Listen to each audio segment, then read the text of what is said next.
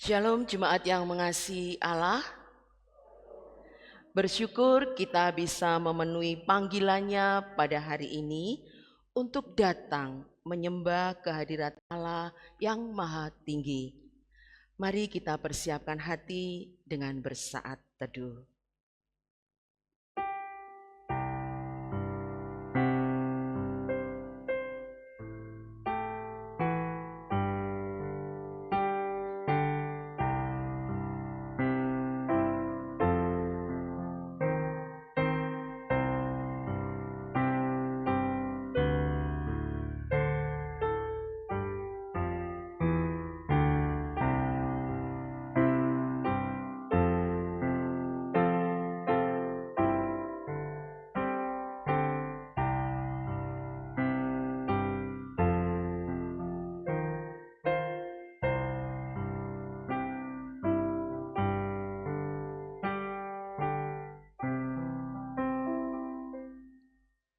Pertolongan ibadah hari ini asalnya dari Allah Bapa, Putra dan Roh Kudus, Allah Tritunggal yang esa, pencipta alam semesta dan yang penuh rahmat, mencurahkan damai sejahtera bagi umat yang dikasihinya.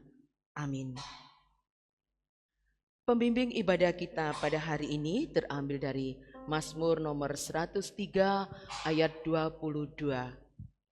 Pujilah Tuhan hai segala buatannya, di segala tempat kekuasaannya. Pujilah Tuhan hai jiwaku. Jemaat silakan duduk.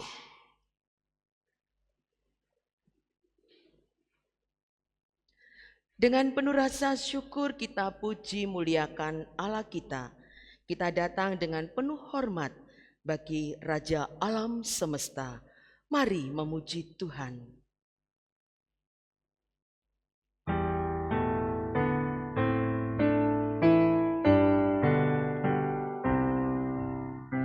Puji Tuhan Raja segenap alam semesta. Puji Tuhan karena Dia penebus yang kekal. Mari kita datang dan menyembahnya. Puji hormat bagi Tuhan.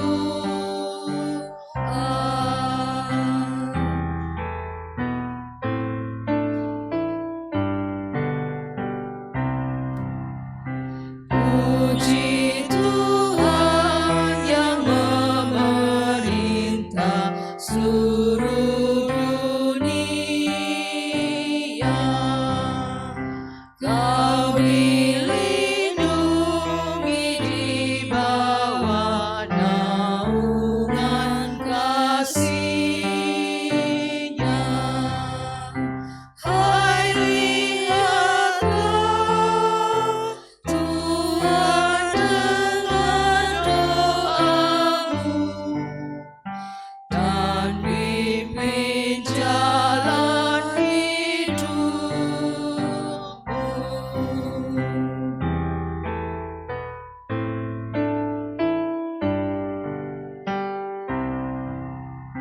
Puji Tuhan hai segenap jiwaku, puji Dia.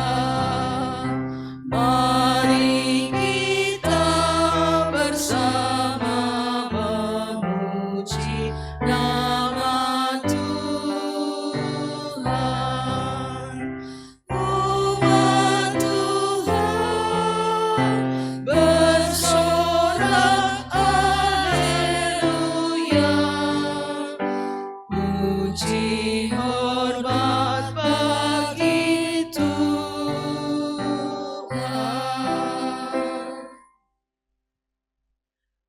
Pada kalimat terakhir bait 2 dari pujian tadi disebutkan dan pimpin jalan hidupku.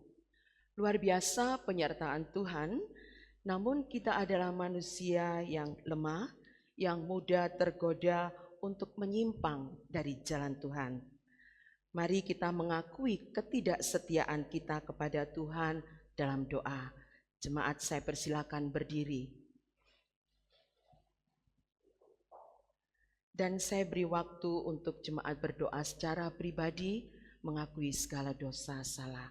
Mari kita berdoa.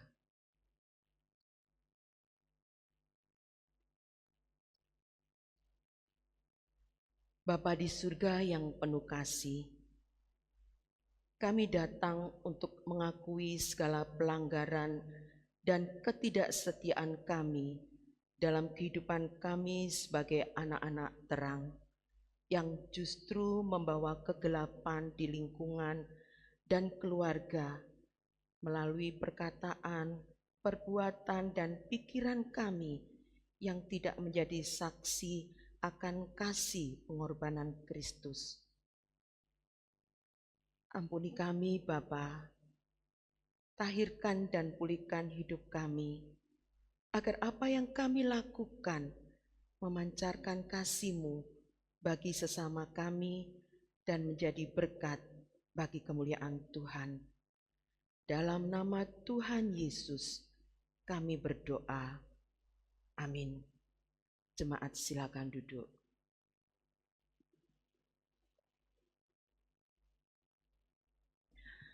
Siapakah kita?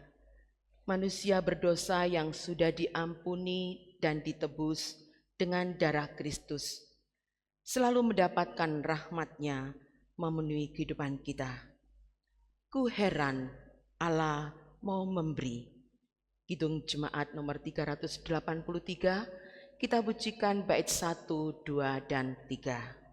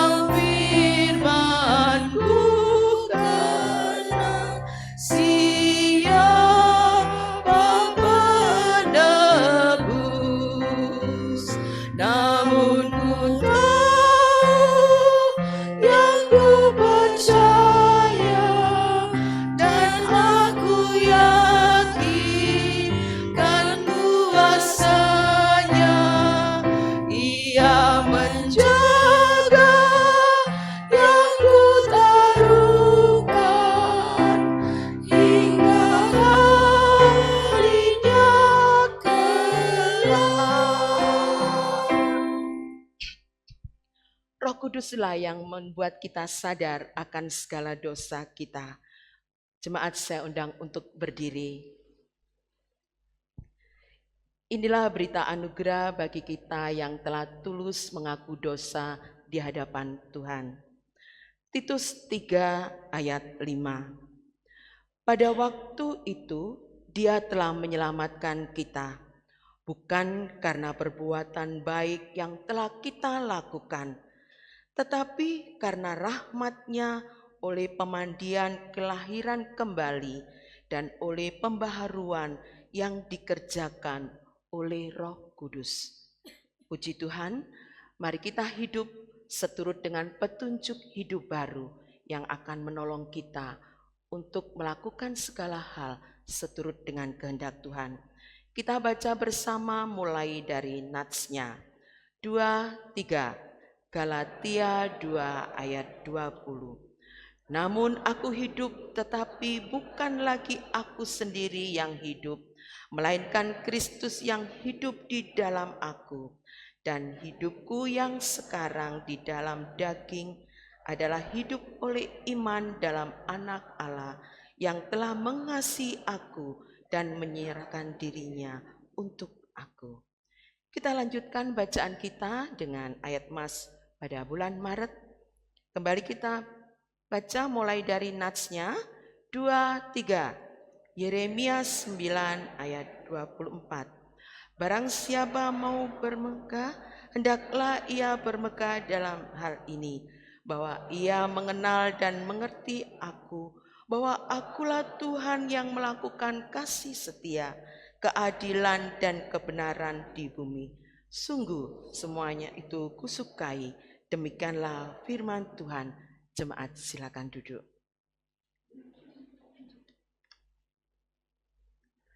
Seperti ayat Mas yang baru saja kita baca, mari kita bermegah karena kita sudah menyerahkan diri untuk hidup seturut perintah Tuhan. Hidup bagi Tuhan.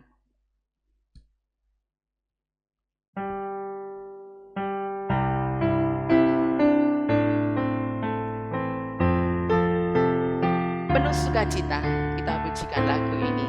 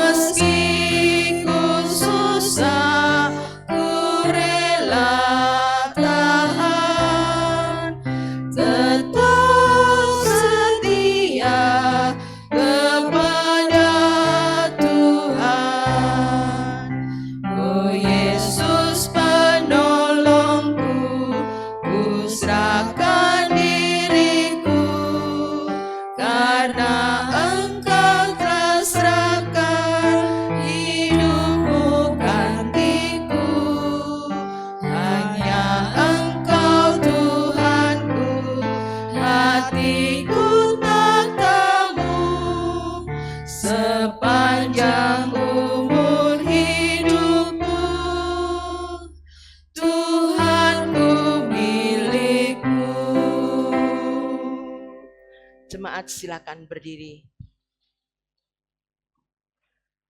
Sebagai umat milik Tuhan, mari penuh dengan rasa syukur kita kembali mengungkapkan pengakuan iman kita dengan pengakuan iman rasuli yang berbunyi, Aku percaya kepada Allah, Bapa yang Maha Kuasa, Khalik langit dan bumi, dan kepada Yesus Kristus anaknya yang tunggal, Tuhan kita, yang dikandung dari Roh Kudus, lahir dari anak darah Maria, yang menderita sengsara di bawah pemerintahan Pontius Pilatus, disalibkan, mati dan dikuburkan, turun ke dalam kerajaan maut. Pada hari yang ketiga, bangkit pula dari antara orang mati, naik ke surga, duduk di sebelah kanan Allah, Bapa yang Maha Kuasa, dan dari sana ia akan datang untuk menghakimi orang yang hidup dan yang mati. Aku percaya kepada Roh Kudus, gereja yang kudus dan am, persekutuan orang kudus, pengampunan dosa, kebangkitan tubuh, dan hidup yang kekal. Amin. Silakan duduk. Kita akan menyerahkan segala doa syukur dan pergumulan kita dalam doa syafaat. Saya persilakan Bapak Pendeta Yanja untuk pimpin doa. Saudara, mari kita tundukkan kepala dan kita berdoa.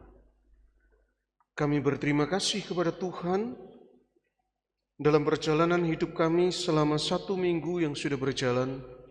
Kami dapat merasakan, ya Tuhan, betapa Engkau sangat baik. Kami dapat merasakan, kami dapat mengalami, dan kami hari ini mengakui bahwa sungguh Allah yang kami sembah adalah Allah yang tidak pernah meninggalkan kami. Allah lah yang memberkati kami hari demi hari, sehingga kami bisa ada sampai saat ini ada. Tuhan, kami bersyukur untuk pemeliharaan Tuhan atas pribadi kami, atas keluarga kami, atas pekerjaan kami, dan atas pelayanan kami. Sekali lagi ya Tuhan, kami ingin mengakui dan bersyukur bila mana kami ada seperti kami ada sampai hari ini, di mana kami bisa duduk di hadapan-Mu dalam peribadahan yang kudus dan suci itu semua terjadi oleh karena anugerah, rahmat dan berkat Tuhan. Hari ini ya Tuhan, secara khusus kami ingin berdoa, Engkau memberkati gereja kami ini ya Tuhan. Engkau memberkati hamba Tuhan, penatua jemaat, para pelayan Tuhan dalam pengurus komisi, para pelayan-pelayan Tuhan dan aktivis gereja, bahkan seluruh jemaat Tuhan. Kiranya ya Tuhan, dalam kehidupan kami bergereja, kami senantiasa mengalami perjumpaan dengan Kristus, Sang Kepala gereja itu. Betapa tidak berartinya ya Tuhan, bila mana kami hidup bergereja, kami tidak mengalami perjumpaan dengan Engkau. Betapa sia-sianya kami hidup bergereja bila mana hidup kami tidak mengalami perubahan yang daripada Tuhan. Olehnya mohon ya Tuhan, Roh Kudus, jamahlah hati kami sungguh-sungguh. Kami bermohon bahwa kehidupan bergereja kami adalah kehidupan bergereja yang sungguh-sungguh mengalami perjumpaan dengan Sang Kristus. Sehingga hari demi hari hidup kami akan mengalami pemulihan yang daripada Tuhan. Hari demi hari kehidupan kami mengalami pendewasaan oleh Tuhan. Dan hari demi hari kehidupan kami akan semakin dipakai Tuhan, lebih lagi menjadi berkat bagi banyak orang. Sehingga kesaksian Injil Kristus itu semakin meluas melalui diri dan gereja kami. Terus kami berdoa ya Tuhan, pergumulan kami di dalam pembangunan rumah ibadah, Tuhan, sungguh kami berdoa, datanglah kerajaan-Mu dan jadilah kehendak-Mu. Biarlah rencana Tuhan yang agung dan berkat-berkat Tuhan yang agung itu akan dilimpahkan untuk rencana baik ini.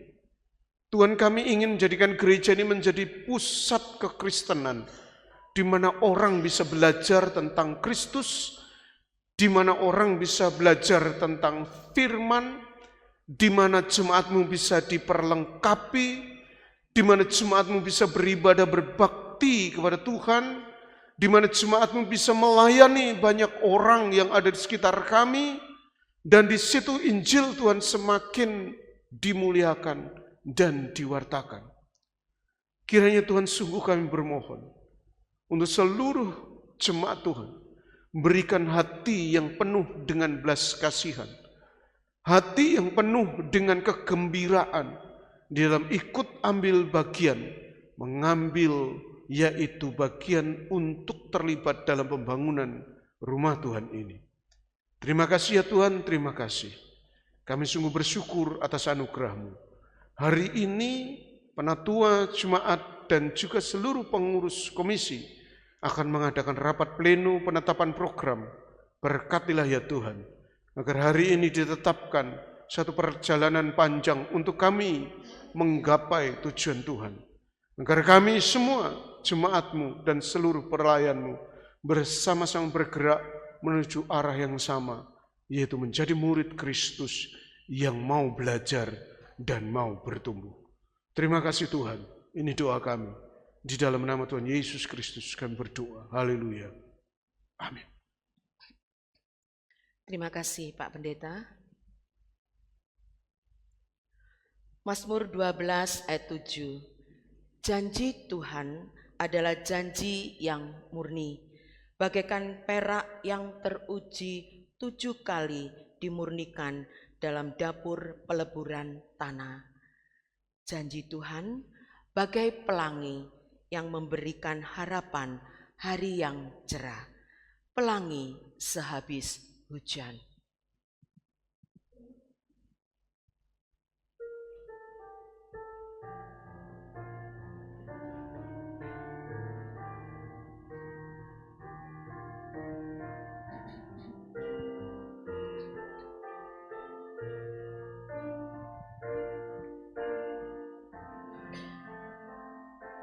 Jalan hidupku tak selalu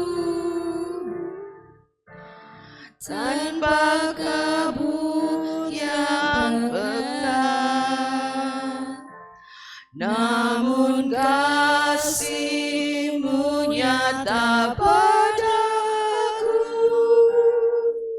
pada waktu-Mu yang tepat, seperti pelangi sehabis hujan.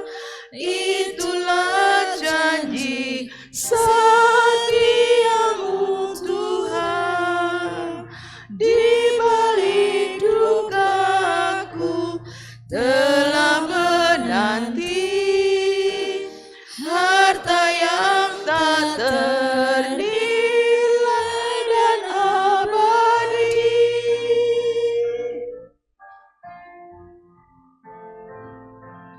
Mungkin langit pun tak terlihat, tertutup awan tebal, namun hatiku kan tetap kuat oleh janji-Mu yang kekal, seperti pelangi sehabis hujan. Itulah janji setia-Mu Tuhan.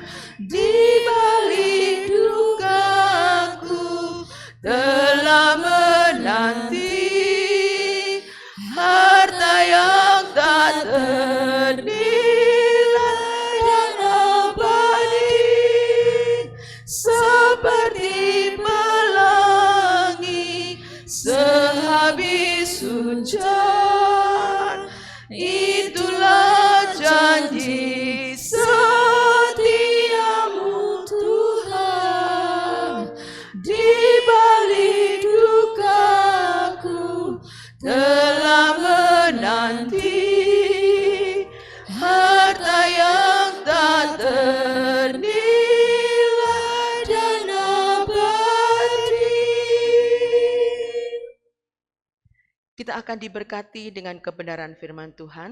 Saya persilakan Bapak Pendeta Yanja. Yang dikasihi oleh Tuhan, puji Tuhan, hari ini kita akan kembali belajar firman Tuhan, melanjutkan perenungan kita di dalam kitab Kejadian. Saya mengajak kita berdoa, mohon pertolongan Tuhan. Bapa di surga, kami berterima kasih atas anugerah-Mu yang sangat baik, memberikan kami kesempatan untuk kami kembali beribadah kepada Tuhan. Di tengah-tengah peribadahan kami ini, Tuhan akan memberikan kami pengajaran melalui firman Allah. Bersabdalah ya Tuhan, bersabdalah sungguh-sungguh. Kiranya Engkau memberikan harapan baru pada kami. Seringkali perjalanan hidup kami harus berjumpa dengan rupa-rupa realita yang begitu pahit, begitu berat, tidak bisa kami pahami. Perjalanan hidup kami terbentur dengan pergumulan yang begitu berat, kami tidak bisa melihat apa-apa.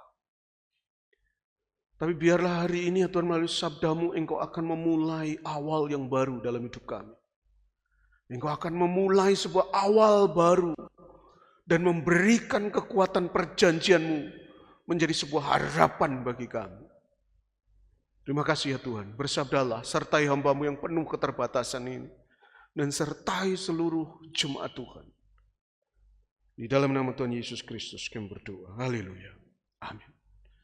Saudara, hari ini kita akan merenungkan satu judul, yaitu awal yang baru. Dan saudara tahu, kalau kita melihat pasal 8 dan 9, ini adalah peristiwa di mana Nuh ada di satu posisi di mana akhirnya air bah itu surut setelah penghukuman panjang yang dilalui oleh umat manusia saat itu. Mari kita buka Alkitab kita masing-masing. Saya tidak menyantumkan di slide, saya ingin mengajak kita berinteraksi dengan firman dan membuka Alkitab kita. Pada pagi hari ini yang pertama, konteks khotbah kita hari ini berasal dari Kejadian pasal 8 dan 9.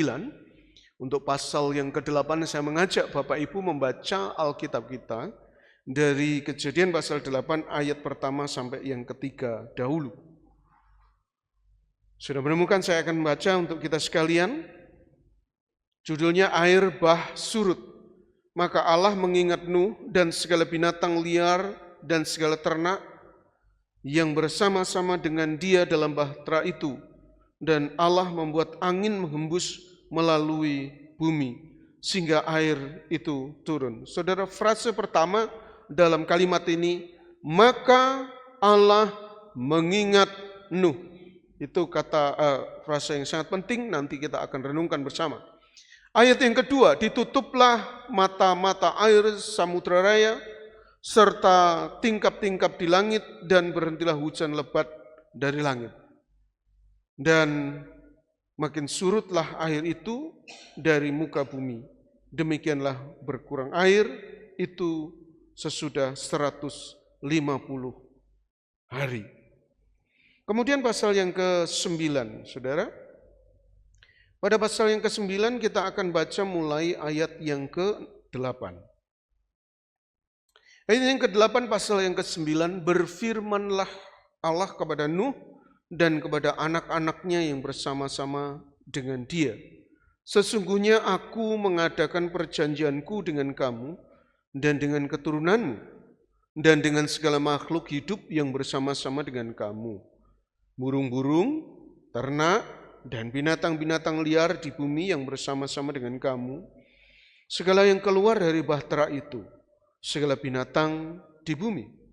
Maka kuadakan perjanjianku dengan kamu bahwa sejak ini tidak ada yang hidup yang akan dilenyapkan oleh air bah lagi, dan tidak akan ada lagi air bah untuk memusnahkan bumi. Dan Allah berfirman, Inilah tanda perjanjian yang kuadakan antara aku dan kamu, serta segala makhluk yang hidup yang bersama-sama dengan kamu, turun-temurun, untuk selama-lamanya. Ayat 13, busurku kutaruh di awan, supaya itu menjadi tanda perjanjian antara aku dan engkau. Apabila kemudian kudatangkan awan di atas bumi dan busur itu tampak di awan, maka aku akan mengingat perjanjianku yang telah ada di antara aku dan kamu, serta segala makhluk yang hidup, segala yang bernyawa, sehingga segenap air tidak lagi menjadi air bah untuk memusnahkan segala yang hidup. Jika busur itu ada di awan, maka aku akan melihatnya, sehingga aku mengingat perjanjianku yang kekal antara Allah dan segala makhluk yang hidup, segala makhluk yang ada di bumi. Berfirmanlah Allah kepada Nuh, inilah tanda perjanjian yang kuadakan antara aku dan segala makhluk yang ada di bumi. Saudara-saudara yang dikasihi oleh Tuhan Yesus Kristus, pasal 8 dan pasal 9 adalah pasal yang menceritakan kejadian pasca hukuman Allah memusnahkan peradaban manusia karena dosa. Minggu yang lalu, Lesana berkhotbah tentang bagaimana kejahatan manusia yang kita lihat di pasal yang ke-6 itu kemudian dihukum Allah. Kira pertanyaannya, tidak tahu minggu yang lalu dikhotbahkan atau tidak, pertanyaannya, banjirnya cuma di area Nuh atau seluruh bulatan bumi itu mengalami banjir? Tidak dibahas ya. Kalau menurut Bapak Ibu banjirnya seberapa? Seluruh atau cuma wilayah Nuh aja?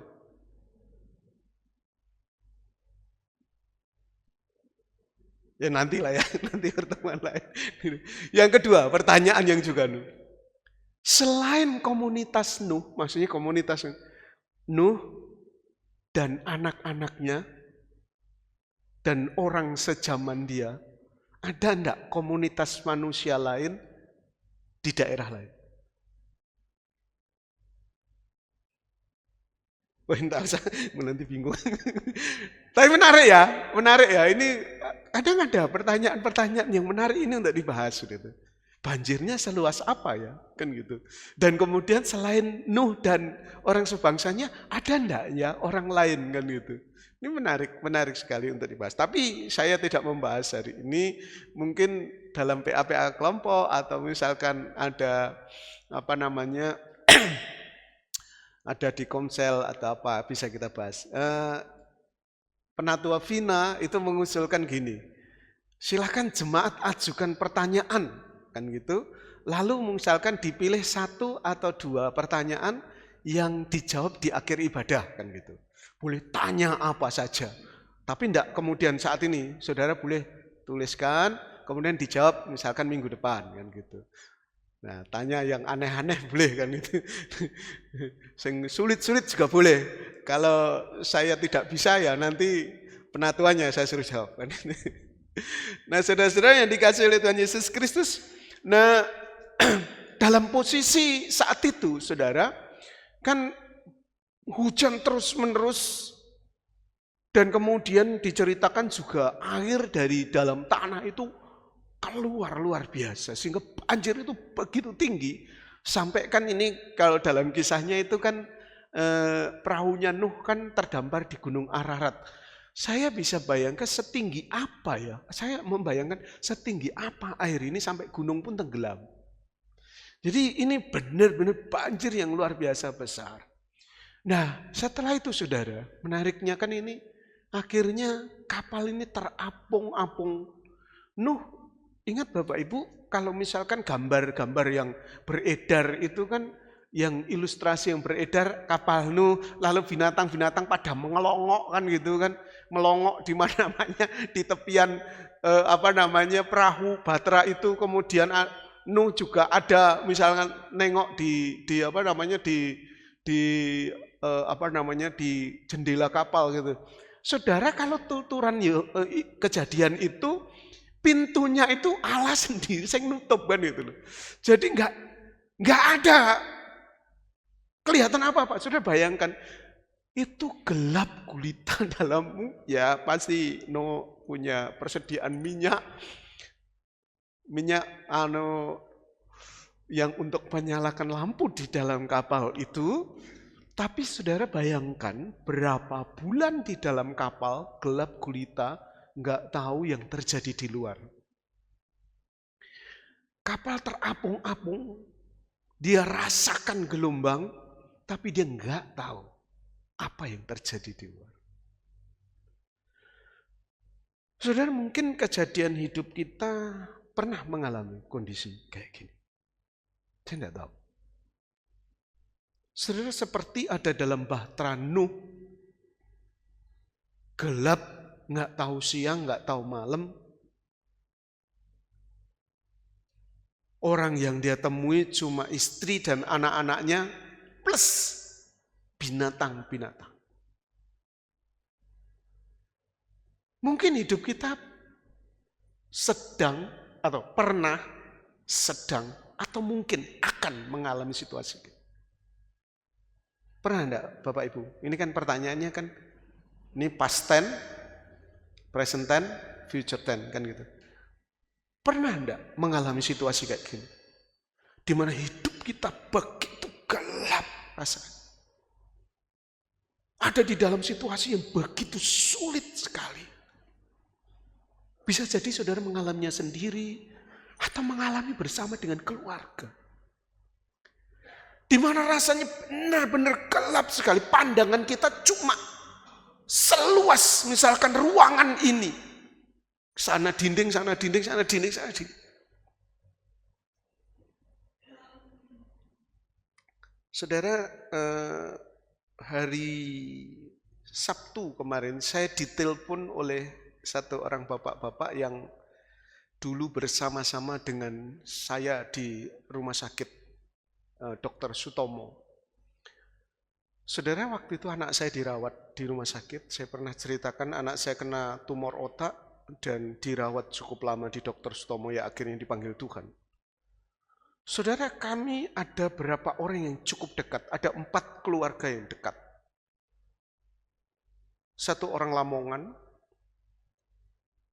1 orang Surabaya, 1 orang Balikpapan, dan 1 saya. Saudara yang dikasih oleh Tuhan Yesus Kristus, kami cukup dekat. Anak kami sama-sama mengalami posisi yang seperti itu. Dia telepon sama saya kemarin, karena saya kan pasang profil anak saya yang ulang tahun, yang sudah meninggal. Dia telepon, dia lihat itu karena mengalami. Jadi urutannya, saudara, urutannya. Yang anak orang Balikpapan itu dibawa. Kami sudah dirawat, anak kami sudah dirawat cukup lama. Nah, orang Balikpapan ini bawa anaknya. Pernah ditangani Balikpapan, tapi sayang penanganan kurang baik, malah tumornya kemana-mana. Waktu di Dr. Sutomo sudah diangkat tulang kepalanya dan akan diambil, menunggu waktu untuk kemudian operasi. Tapi anak itu meninggal. Ini dia pulang. Tangisan luar biasa, kesedihan luar biasa. Mereka pulang, balik. Selanjutnya saudara, beruntun, berbeda berapa minggu kalau tidak salah, atau beda, anak saya dipanggil Tuhan.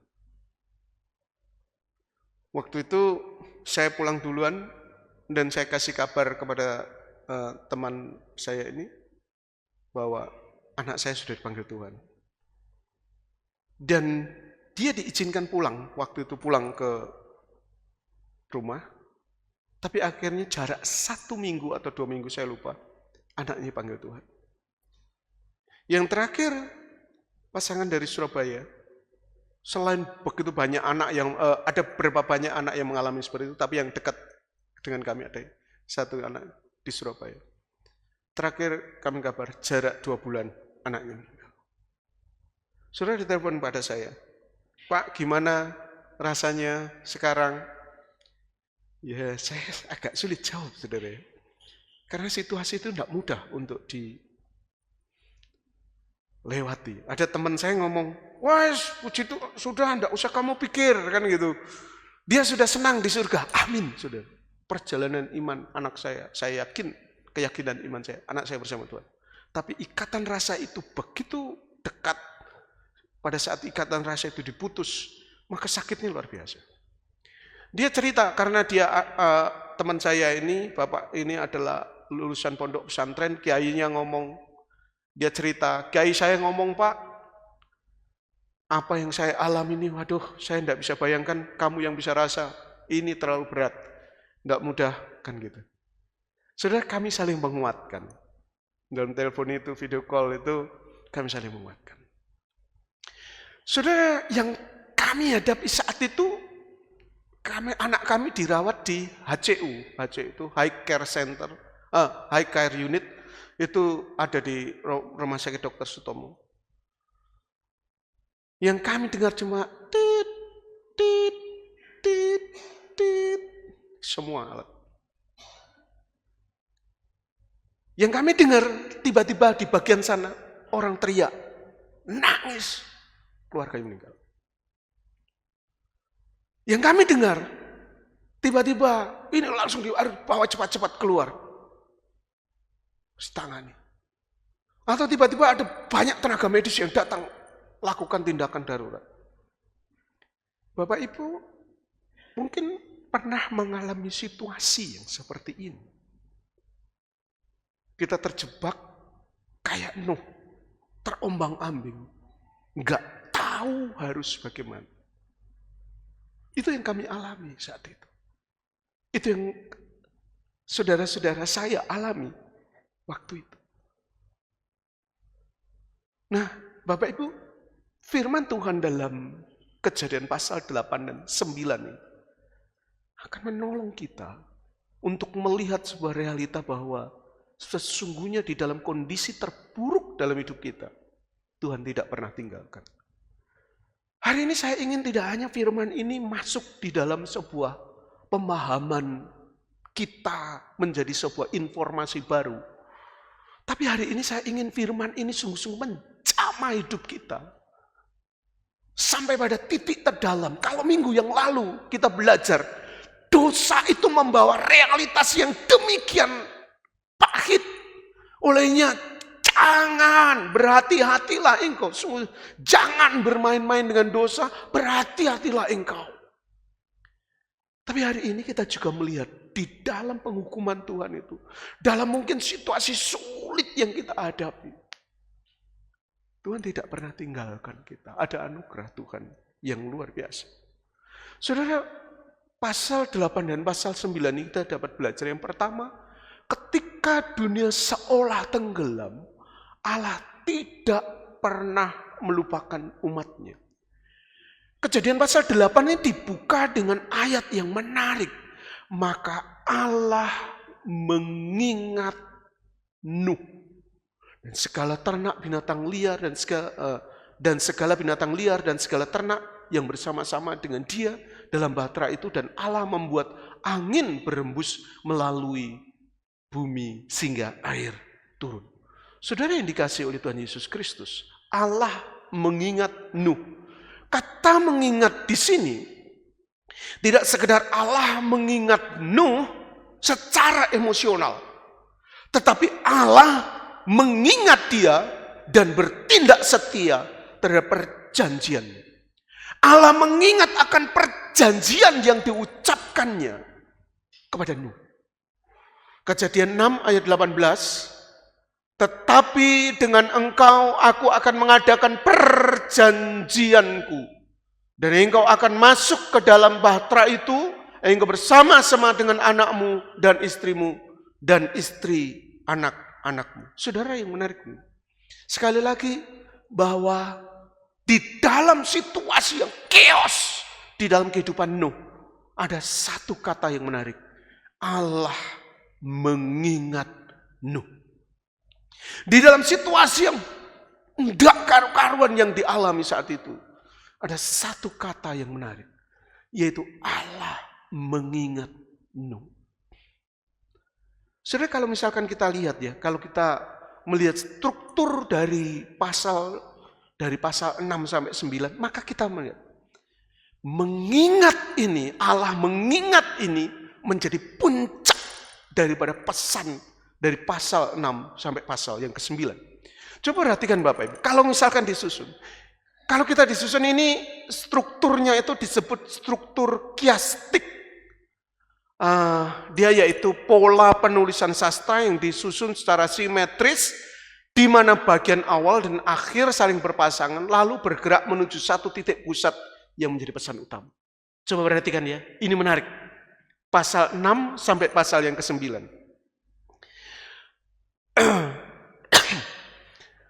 Pada pasal 6 ayat 10 sampai 13, kejahatan manusia di bumi.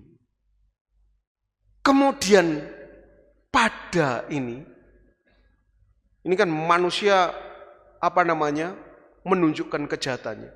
Tetapi kemudian pada aksen itu ada manusia yang baru, yang lahir, yang keluar di tengah-tengah kejahatan. Sehingga Allah membuat perjanjian denganmu. Kemudian pada pasal 6 ayat 14 sampai 22, Nuh membangun bahtera. Pada pasal yang ke-8 ayat 20, B aksen saudara, Nuh membangun mezbah. Nuh membangun bahtera, Nuh membangun mezbah. Kemudian pada pasal yang ke-7, Tuhan memberi perintah untuk mereka masuk ke bahtera. C aksen, pada pasal 8 ayat 15 sampai 19 ada perintah untuk keluar dari bahtera. Pada pasal 7 ayat 10 sampai 16 pintu bahtera ditutup. Pada pasal 8 ayat 6 sampai 4 pintu bahtera dibuka. Pasal 7 ayat 17 sampai 24 air naik dan meliputi bumi. Pasal 8 ayat 2 sampai 5 air surut. Puncaknya di mana? Puncak pesan ini pada pasal 8 ayat 1, yaitu Allah mengingat Nuh. Saudara, ayat ini memberikan satu kekuatan dan harapan pada kita. Di tengah segala situasi yang chaos di dalam hidup kita, dalam situasi yang mungkin begitu sulit dalam hidup kita, dalam keterpurukan kita di dalam dosa, ingatlah baik-baik, Allah mengingat kita. Saudara yang dikasihi oleh Tuhan Yesus Kristus, dalam Kejadian 8 pasal 1 ini perhatikan, Nuh enggak berdoa, Nuh enggak berseru, Nuh enggak minta tolong, teriak-teriak. Keselamatan Nuh itu dimulai dengan Allah mengingat. Kata Allah mengingat itu juga kita temukan di dalam Keluaran pasal 2 ayat 24, waktu Allah mengingat Abraham, atau 1 Samuel 1 ayat 9, di mana Allah mengingat Hana. Artinya begini Bapak Ibu, dalam situasi yang begitu rupa terjadi dalam hidupan Nuh, Allah mengingat dalam kasih-Nya itu. Dia mengingat sungguh-sungguh. Dia bertindak berdasarkan kemauannya sendiri untuk menunjukkan kasih setianya kepada kita. Saudara, dalam situasi yang chaos yang saya alami saat itu, berdoa pun sulit. Melihat realita yang ada di hadapan saya, anak saya yang sakit saat itu, berdoa pun sulit. Mata ini kayak air mata itu hari-hari keluar kayak pancuran air, sungguh-sungguh. Tapi sungguh-sungguh bahwa dalam kasih-Nya Allah bertindak untuk mengingat saya, mengingat saudara. Dan dia bertindak dengan cara yang menarik. Allah membuat angin berembus. Pada ayat 1. Pada ayat 1, kalau saudara melihat pada frasa terakhir atau dua frasa terakhir, dan Allah membuat angin menghembus melalui bumi sehingga air itu turun. Allah membuat angin atau ruah dalam bahasa Ibraninya itu menghembus atau bertiup sehingga air turun. Saudara coba ingat, waktu khotbah berjudul yaitu Tohu Wabohu itu ya, kejadian di mana dunia kacau balau. Di sana ada kata yang menarik. Kan kalimatnya lengkapnya begini. Bumi belum berbentuk dan kosong. Gelap gulita meliputi samudra raya. Dan roh Allah melayang-layang di atas permukaan air. Roh Allah melayang-layang di atas permukaan air. Melayang-layang itu menggunakan kata yang bisa diartikan roh Allah mengerami situasi yang kacau itu. Dan di sini kita juga melihat lagi peran daripada roh Allah itu. Allah mengembuskan angin, Allah mengembuskan ruahnya untuk kemudian menjadikan air itu menjadi turun. Saudara yang dikasihi oleh Tuhan Yesus Kristus, air bah ini satu tindakan Allah yang menjadikan ciptaan itu binasa. Tapi surutnya air oleh karena roh Allah ini, hembusan Allah ini, muncullah ini ciptaan yang baru.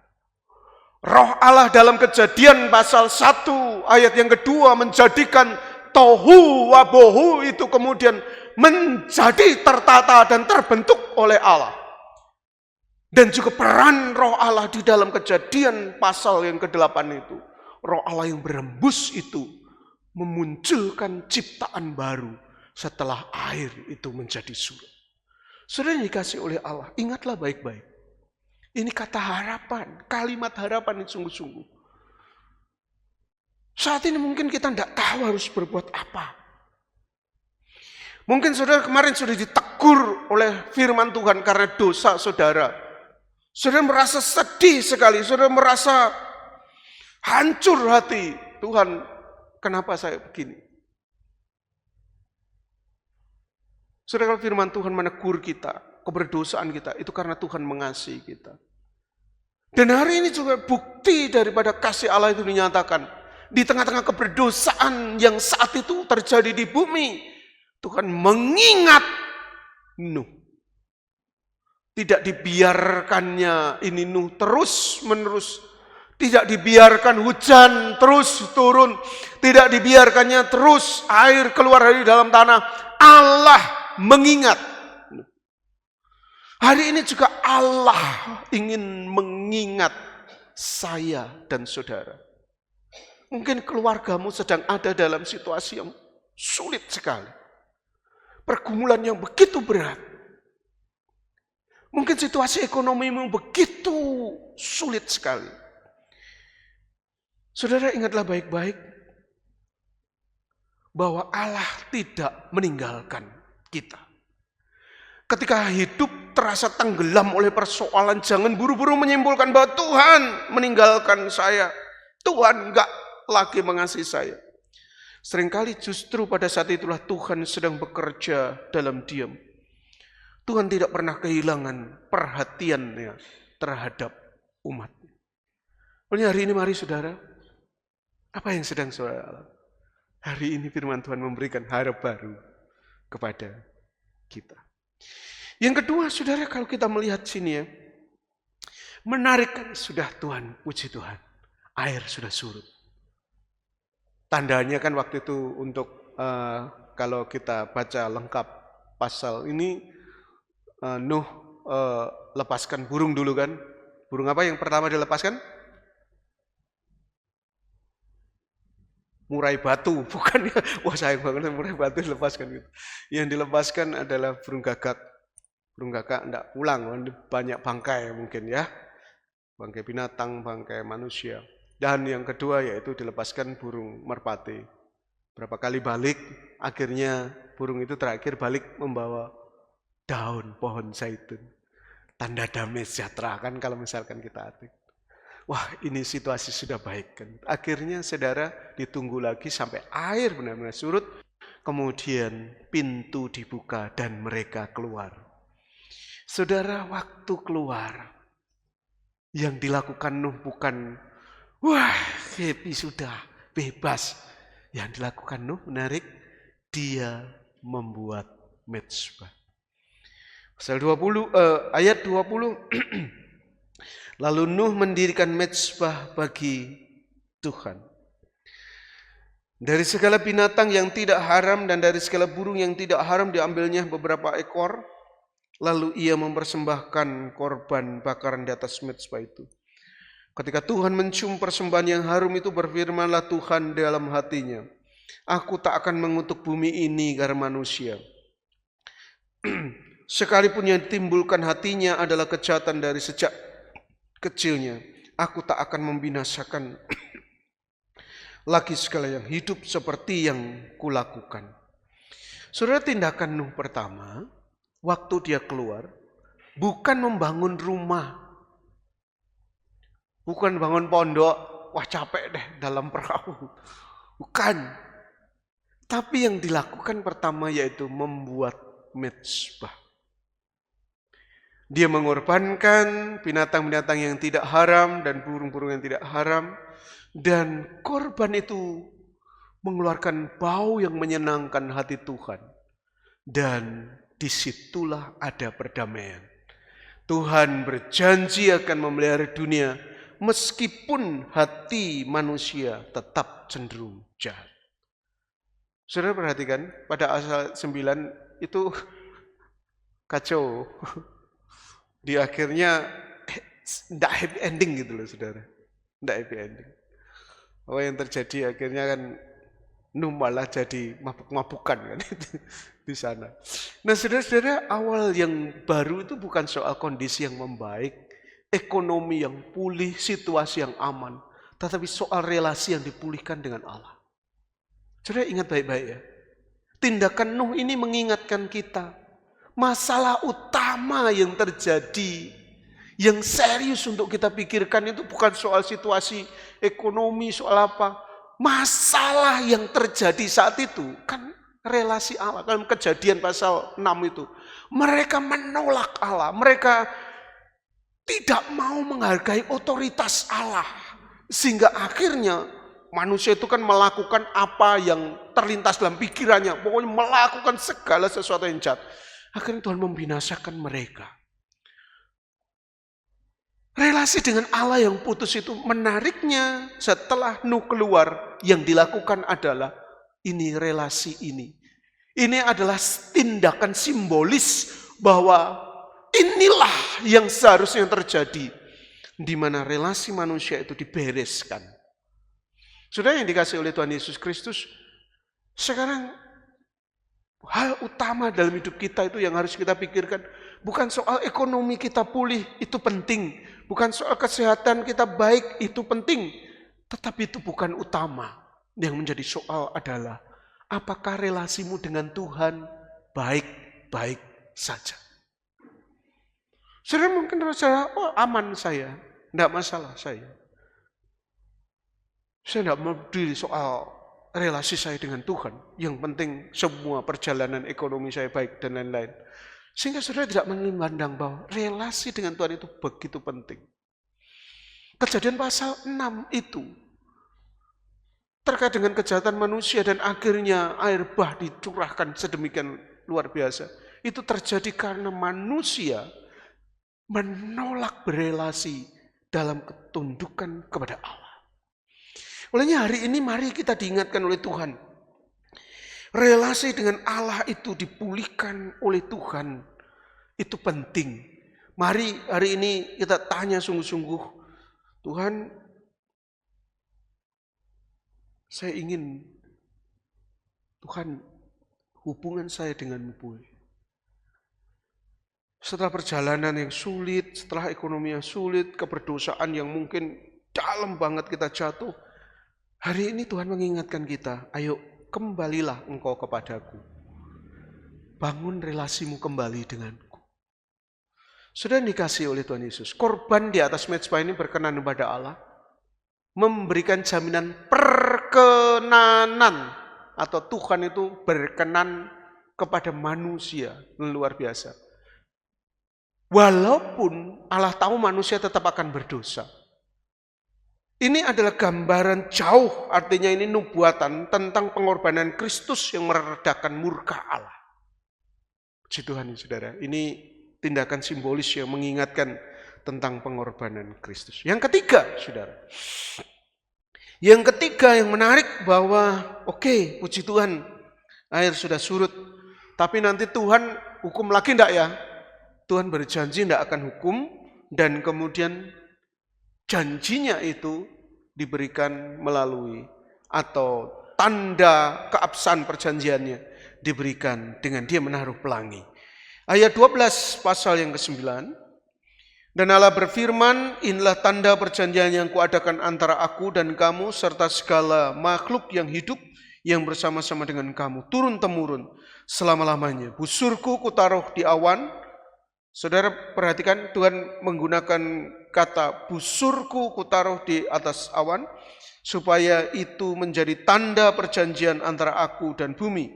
Apabila kemudian kudatangkan awan di atas bumi dan busur itu tampak di awan, maka aku akan mengingat perjanjianku yang telah ada antara aku dan kamu, serta segala makhluk yang hidup. Segala yang bernyawa, sehingga segenap air tidak lagi menjadi air bah untuk memusnahkan segala yang hidup. Jika busur itu ada di awan, maka aku akan melihatnya, sehingga aku akan mengingat perjanjianku yang kekal antara Allah dan segala makhluk yang hidup, serta segala yang ada di bumi. Saudara, yang pertama, kalau kita melihat bahwa tadi tanda busur Tuhan atau pelangi adalah tanda Allah menahan murka. Kata pelangi menggunakan kata chesed yang berarti yaitu busur perang. Dalam konteks Nuh, Allah seperti menggantung busur perangnya di langit seolah-olah berkata, aku tidak akan lagi mengarahkan panah penghakimanku kepada bumi seperti itu. Dunia ini masih ada bukan karena manusia baik, tapi karena Allah menahan murkanya. Saudara yang dikasihi oleh Tuhan Yesus Kristus, di tengah segala keberdosaan kita, ingatlah, di tengah situasi yang mungkin buruk, ingatlah bahwa Allah itu tidak selama-lamanya dalam murkanya atau tidak selama-lamanya membiarkan kita ada di dalam situasi yang sulit dalam hidup kita.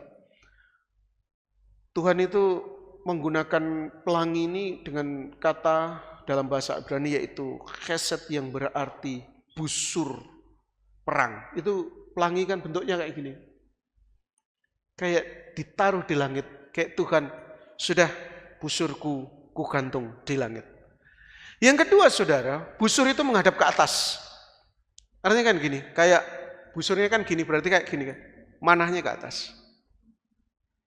Saudara, jika busur itu adalah senjata, maka arah panahnya itu menghadap kepada Allah sendiri, bukan kepada manusia. Ini menggambarkan sesuatu yang sangat dalam secara teologis. Artinya suatu hari nanti murka Allah terhadap dosa tidak lagi diarahkan kepada dunia, tetapi akan ditanggung oleh anaknya sendiri di salib.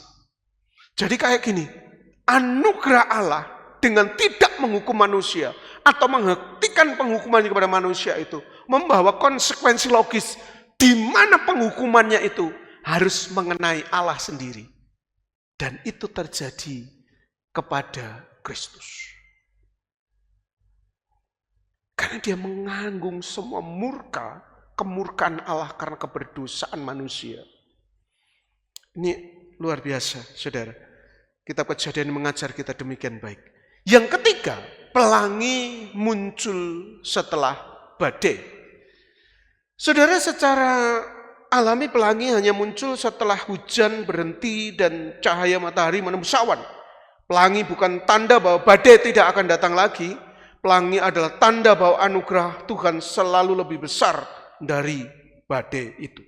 Saudara, badai mungkin datang dalam hidup kita, tapi anugerah Tuhan selalu datang sesudahnya. Kalau kita ingat, mungkin ini beberapa minggu ini di Malang hujan ya. Cuma saya tidak sempat lihat pelangi. Tapi kalau misalkan saudara habis hujan dan melihat pelangi, ingatlah kayak itu dia. Kehidupan kita mungkin kita diingatkan itu loh. Kita ingat zaman Nuh saat itu. Bahwa di tengah situasi penghukuman itu, anugerah Allah terbit. Saudara yang dikasihi oleh Tuhan Yesus Kristus, kalau misalkan kita ringkas khotbah ini. Ketika dunia seolah tenggelam, sesungguhnya Allah tidak melupakan kita. Awal yang baru, judul khotbah kita kan, awal yang baru, pelangi perjanjian. Awal yang baru selalu dimulai dari mezbah Tuhan. Yang ketiga, di balik setiap badai, Tuhan menaruh pelangi perjanjian. Saudara, ketika badai hidup kita terasa menghancurkan segalanya, ingatlah di tangan Tuhan selalu ada awal yang baru.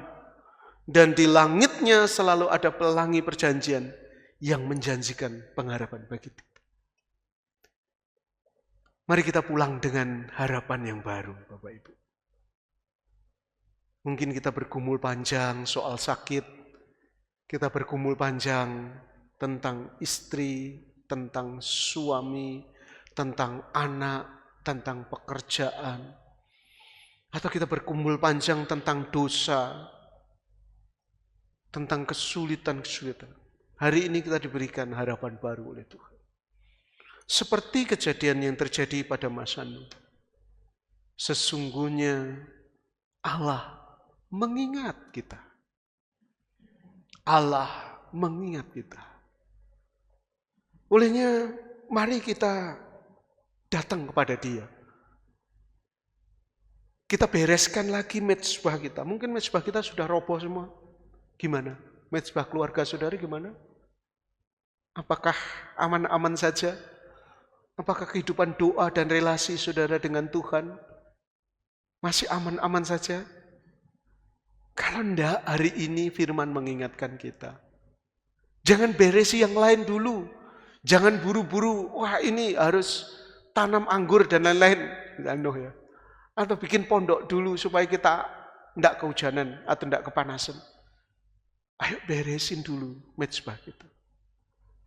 Yang ketiga, saudara, tadi, ingatlah sungguh-sungguh dalam segala sesuatu yang terjadi dalam hidup kita. Tuhan selalu bisa memunculkan atau memberi jaminan, yaitu perjanjian, pelangi perjanjian. Tuhan selalu akan menerbitkan harapan baru di tengah-tengah kesulitan kita. Mari kita berdoa. Tuhan, terima kasih ya Tuhan. Tuhan sesungguhnya tidak meninggalkan kami dalam perjalanan rohani panjang sebagai orang-orang Kristen.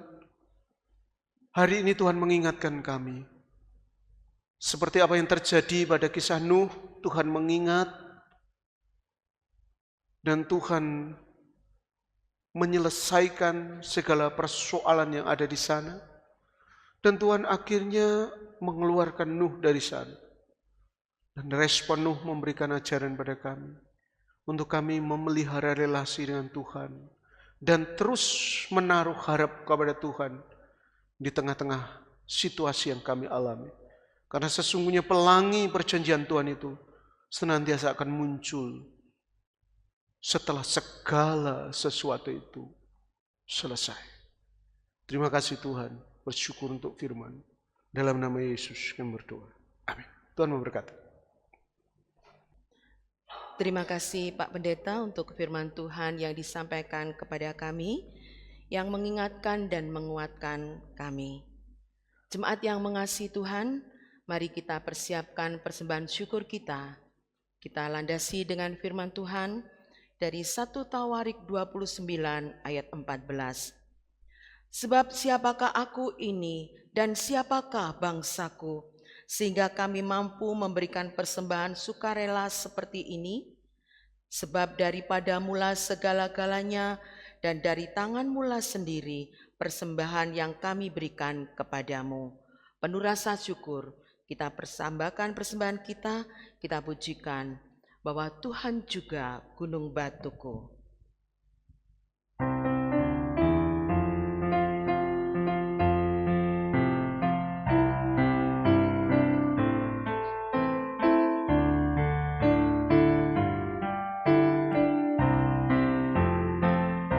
Bahwa Tuhan juga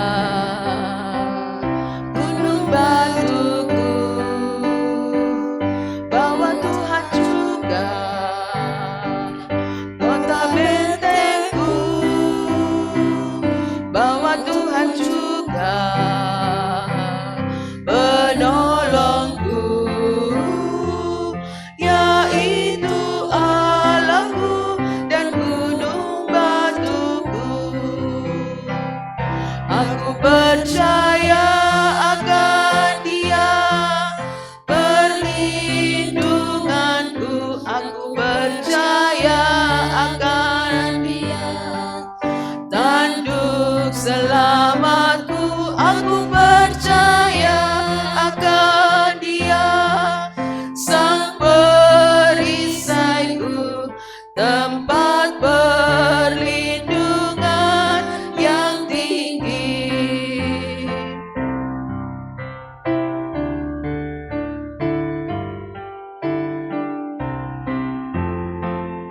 Bahwa Tuhan juga gunung batuku, bahwa Tuhan juga kota bentengku, bahwa Tuhan juga penolongku, yaitu Allahku dan gunung batuku. Jemaat silakan berdiri. Aku percaya akan Dia, perlindunganku. Aku percaya akan Dia, tanduk selamatku. Aku percaya akan Dia, sang perisaiku, tempat perlindungan yang tinggi. Mari kita bawa dalam doa persembahan kita. Bapa di surga, penuh rasa syukur kami datang membawa persembahan dan rasa terima kasih kami atas segala berkat yang tercurah melimpah pada kami semua. Mohon kuduskan persembahan ini untuk pekerjaan pelayanan di gereja dan untuk pekerjaan yang lebih luas lagi. Berkati dengan hikmat untuk para penatua yang mengelolanya. Dalam nama Tuhan Yesus kami bersyukur. Haleluya. Amin. Jemaat silakan duduk. Saya persilakan penatua yang bertugas untuk menyampaikan warta gereja. Shalom, selamat pagi Bapak Ibu, saudara-saudara yang terkasih dalam Tuhan Yesus Kristus. Saya akan membacakan warta gereja pada pagi hari ini. Yang pertama kami ucapkan terima kasih kepada Bapak Pendeta Yance yang telah menyampaikan firman pada minggu ini, juga Bu Titi dan tim yang telah melayani liturgos, pemusik, dan singer, juga rekan-rekan yang lain yang mengambil bagian pelayanan pada pagi hari ini. Yang kedua, kami mengucapkan selamat datang kepada Bapak, Ibu, saudara-saudari yang baru pertama kali beribadah bersama kami di GKT Ampenan. Apakah ada? Sepertinya tidak ada. Untuk warta yang pertama pada minggu depan, Minggu 15 Maret, Tema khotbahnya adalah Power of Pride, ambisi versus Tuhan. Akan disampaikan Bapak Pendeta Yance Riung. Yang kedua, informasi cuti hamba Tuhan, Evangelis Hana mengambil cuti pelayanan dari tanggal 2 Maret sampai tanggal 18 Maret 2026. Bagi jemaat yang memerlukan pelayanan dapat menghubungi Bapak Pendeta Yance maupun penatua. Mari kita doakan agar perjalanan Lausa Hana untuk mendampingi orang tuanya yang sedang sakit di Kupang boleh berjalan dengan lancar dan Tuhan boleh memberkati. Yang ketiga, rapat pleno akan diadakan pada hari ini jam 11:30 siang di ruang serbaguna GKT Ampenan, mengundang segenap hamba Tuhan, penatua dan pengurus komisi untuk bisa menghadirinya untuk boleh menyampaikan program kita di tahun ini. Yang keempat, pada hari ini akan dilaksanakan pemeriksaan kesehatan. Setelah ibadah pertama akan dilayani oleh Dr. Anom. Silakan bagi jemaat yang memerlukan pelayanan kesehatan bisa mengikutinya. Yang kelima, sakramen baptisan anak akan dilaksanakan pada minggu depan 15 Maret 2026 pada ibadah umum kedua, dan baptisan anak akan diterima oleh anak Sean Alendra Christian, putra dari Bapak Dian Pran Christian dan Ibu Rina Farida Lede. Jika ada keluarga lain yang rindu putra-putrinya untuk dibaptis, silahkan dapat menghubungi hamba Tuhan. Warta Komisi dan Persekutuan doa malam pada hari Kamis 12 Maret. Temanya adalah tersebar untuk menabur pengharapan, akan dipimpin oleh Bapak Pendeta Yance. Persekutuan Pemuda 14 Maret, itu Clickers Club, waktu dan tempat disesuaikan oleh kelompok masing-masing. Persekutuan Remaja tanggal 15 Maret, temanya adalah apa tujuan dibalik setiap langkahmu, akan dibawakan oleh Ibu Diana Namisaleng. Untuk jadwal pelayanan, Bapak Ibu bisa melihat di layar. Baik Bapak Ibu, demikian warta jemaat pada pagi hari ini. Selamat hari Minggu, Tuhan Yesus memberkati. Kami kembalikan ke Ibu Titi.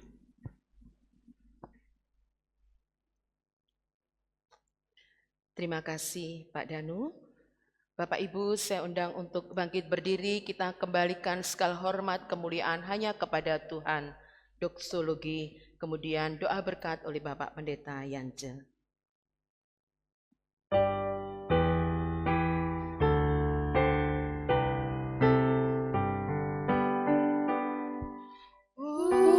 Puji Allah Bapa Putra, puji Allah Roh Kudus, ketiganya yang esa. Selamat Sumber berkat. Amin.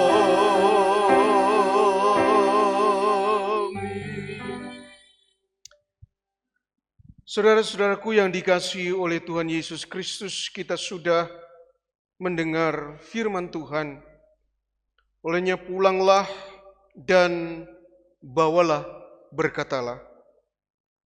Kiranya Allah Bapa yang mengingat Nuh dan memelihara dunia dengan perjanjiannya akan mengingat dan memberkati serta menjaga saudara. Kiranya Tuhan Yesus Kristus yang menanggung penghakiman dosa kita memberikan kepada saudara pengampunan dan hidup yang baru. Kiranya Roh Kudus menuntun saudara dalam iman, pengharapan, dan ketaatan setiap hari. Pergilah dalam damai sejahtera Tuhan, sebab Allah yang menaruh pelangi perjanjian di langit adalah Allah yang setia memegang hidup kita. Amin.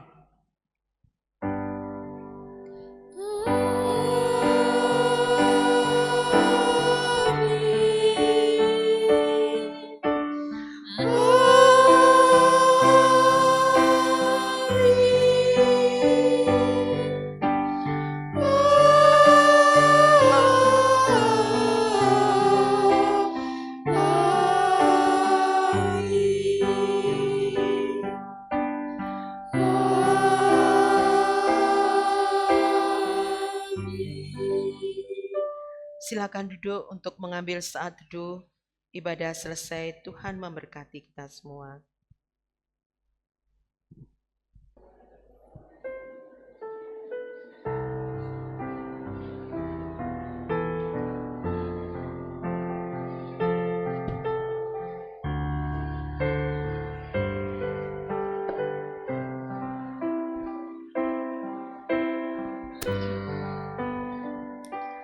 Jalan hidupku tak selalu tanpa kabut yang pekat, namun kasih-Mu nyata padaku pada waktu-Mu yang tepat, seperti pelangi sehabis hujan.